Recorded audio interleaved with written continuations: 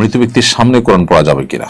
মৃত ব্যক্তির সামনে কোরআন পড়তে কোনো অসুবিধা নেই, বিধি নেই, নিষেধ নেই। তবে মৃত ব্যক্তিকে শুইয়ে তার লাশের সামনে ভাড়াটিয়া কোরআন তেলাওয়াতকারীদেরকে এনে কোরআন পাঠ করানো হয়।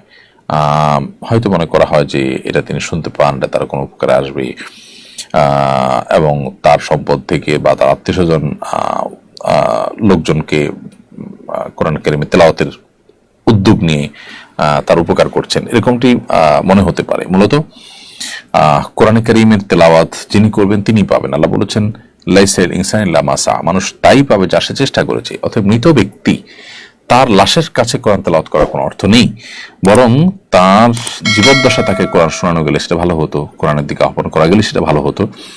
এখানে শিক্ষা নিয়ে আমরা জীবদ্দশাতে কোরআনকে শিখি, কোরআনকে জানি, কোরআনকে বোঝার চেষ্টা করি এবং আমল করার চেষ্টা করি।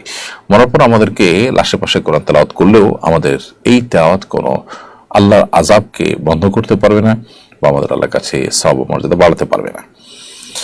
অতএব মৃত ব্যক্তির সামনে ওই উদ্দেশ্যে কোরআন তেলাওয়াত, আমাদের সেটা সঞ্চয় কোরআন তেলাওয়াত হয়, টাকা পয়সা বিনিয়োগে কোরআন তেলাওয়াত হয়, সেটা কিন্তু জায়েজ নেই।